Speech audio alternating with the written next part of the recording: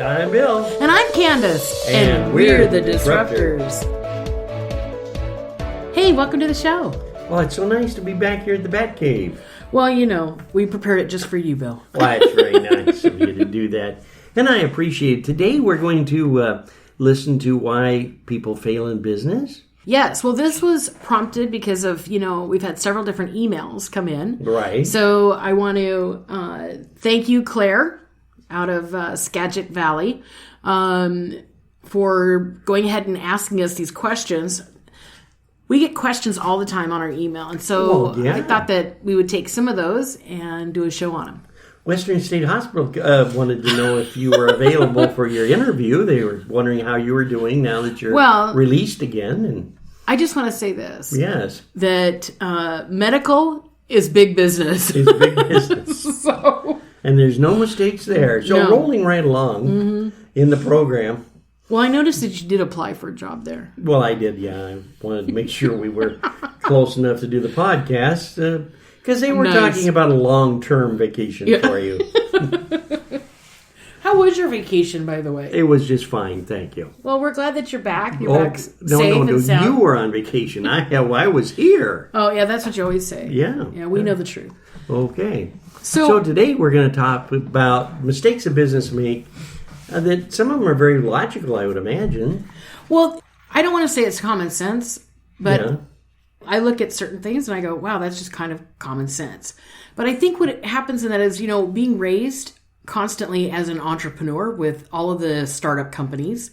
I actually sat down and counted up all of the businesses that my family owns, my brothers and my sisters, and we own over 28 businesses. 28? Yeah, and you dragged me into this. Yeah. Well, of course. So, you can just imagine Christmas dinner. It's never, how are the kids? What college are they going to? It's, oh my gosh, I saw the marketing campaign and it was awful. What were you thinking? So, but getting back to some of those mistakes, one of them I think that is not having an employee mindset. And what I mean by that, and that is you own a company, or you're a startup company. I want to pause right there just for that. I'm going to go back to that. Just because you have a product, this is a mistake.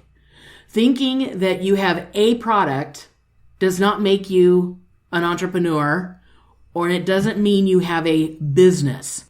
Okay. Okay. If I have a product, then I'm not really a true entrepreneur. Well, I don't think one product does not make a company. And so that is a mistake. If you had, let's say you're selling French fries and you only sold French fries. Okay, you have one size. How would you make a business out of a French fry?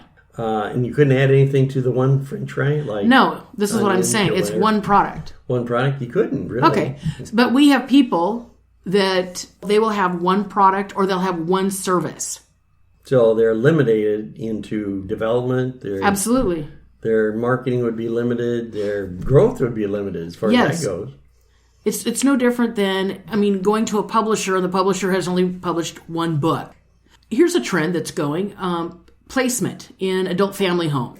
So, but that's the only service that you provide. I only place individuals into the adult family home. So right there, unless you offer other services. So with that said, before I get blowback on a bunch of emails, that, we don't handle DSHS. We only handle private pay in private houses. That's it. That's the only thing that we do. I want you to really pause for that. How is that a viable service that's actually going to get you where you want to go? Well, actually, if there wasn't 50 million other people in that industry, maybe in a long 50 But they offer other services. I'm talking about only one service because we have individuals that start a company that only do one service. And that is a mistake with businesses, Bill, because you have to offer other things. That's why we talk about, 5 to 7 income streams. So if you only have one income stream, okay, and something falters, you're done. You're done. You can't make a business out of one thing. if you want to play with the big boys, Coca-Cola doesn't offer just Coke. Pepsi doesn't just offer Pepsi. Nike doesn't just offer one tennis shoe. They've got multiple different shoes, running shoes, walking shoes, old people's shoes. I see what you're saying. That is a problem. And, I have sat down many times with individuals that are offering one service, and they consider themselves a viable, thriving business.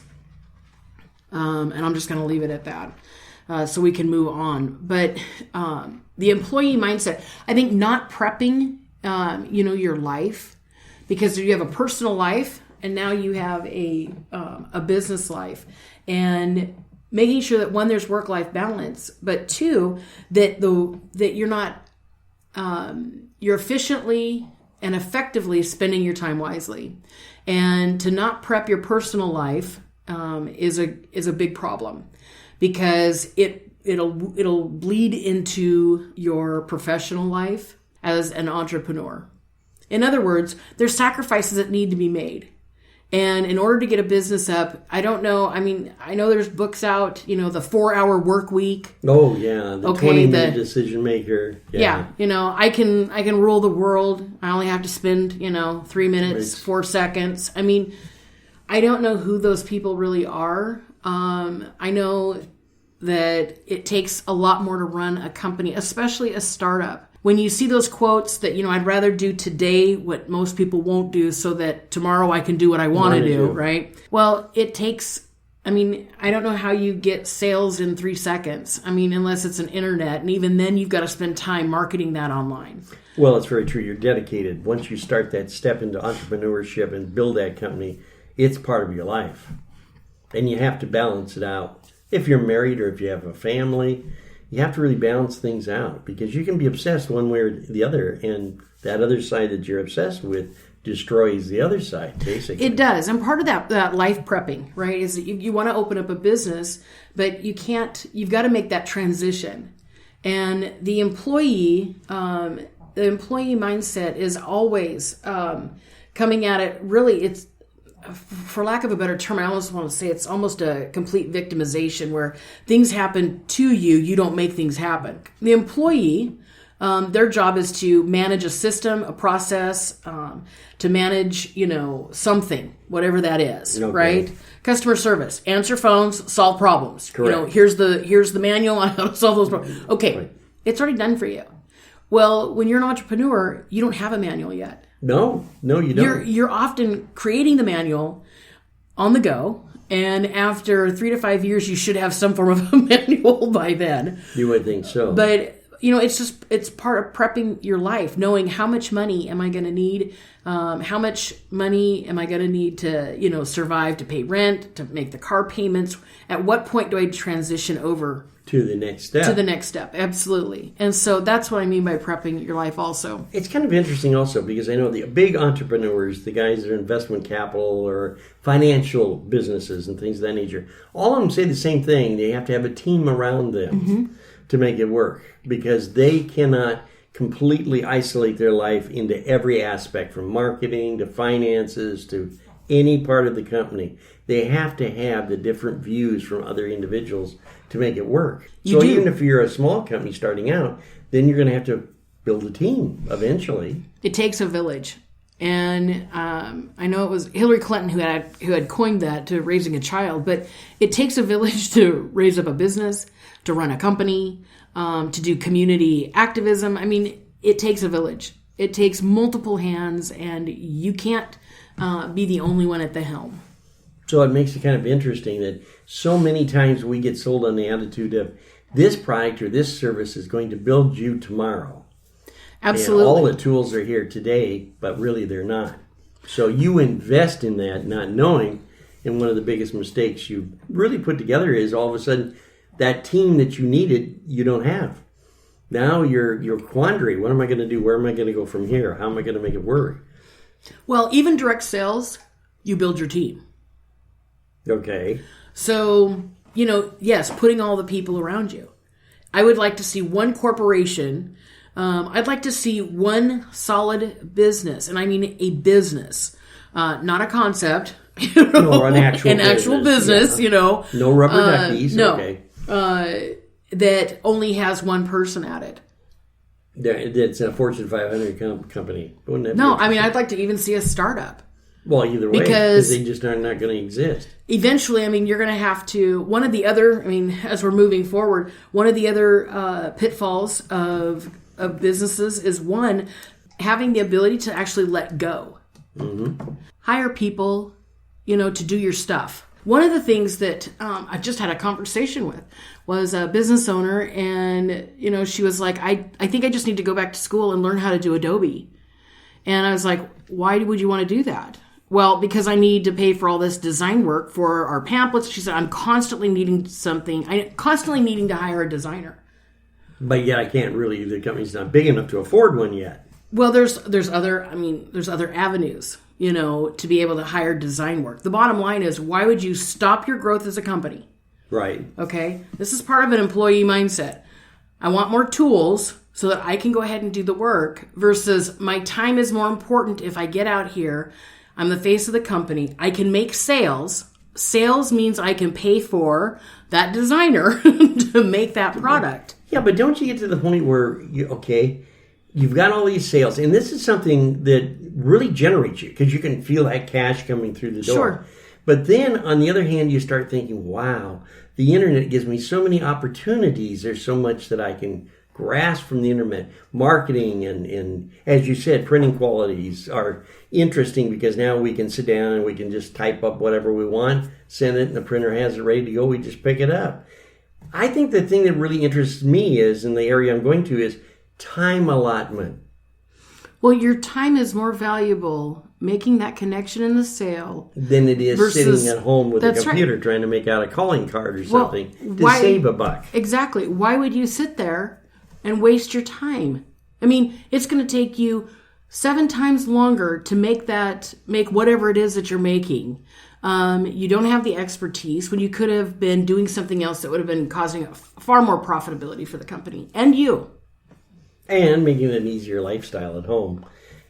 Also, the mental aspect of it, I think, is something that a lot of people don't look at because they get so built up and so wrapped up in grabbing that glory that if something does go wrong, if they do make a critical mistake, for instance, time allotment or getting their advertising out or trying to keep that company out of the box thinking and growing, they mentally just walk away. They feel like, I've lost it. The company's now failing. What did I do wrong, or how do I pick it up? And I think one of the great statements that was made, even though you come to a bad block in the road in business, use it as an advantage to learn how to get around that block and be positive to move on. And time allotment is a blockage because we don't have, 24 hours in a day. You got to sleep, you got to eat, you got to do all that other stuff. Sure. So if you're building a business and it's really building and it's really getting very, very time intensive, it's so important to understand how to get things done. Now you look at, I'm making that money, but I've got X number of dollars coming in. What do I want to allot it to? What do I want to spend on? Wow, if I spend this much, will I have enough next week to do this? And what I'm doing is talking as a small, as you have brought, small company thinking that I think is a stalemate that stops everybody in their tracks. Well, I think that people get afraid to hire an expert. And you hire an expert that, can actually, first and foremost, when you hire an expert, you do your own investigation of them, right? You want to make sure that they're actually legit and that they can perform what they're saying they can do. They should be able to have a good reputation and even provide references depending, a website designer, right? Sure. You'd like to see the other work that they've done, a designer. They should be absolutely. They should be able to, give you other, things that they've designed. When I actually had a client who didn't want to go any further with us, it wasn't because they weren't seeing positive action or growth. What they had decided to do is buy a bed over investing in another month of growth for their company. Now, what I can honestly say, and that was 2-3 years ago, and the company is exactly where we left them. Absolutely. And so, but the bed isn't, I'll bet. The bet is probably not.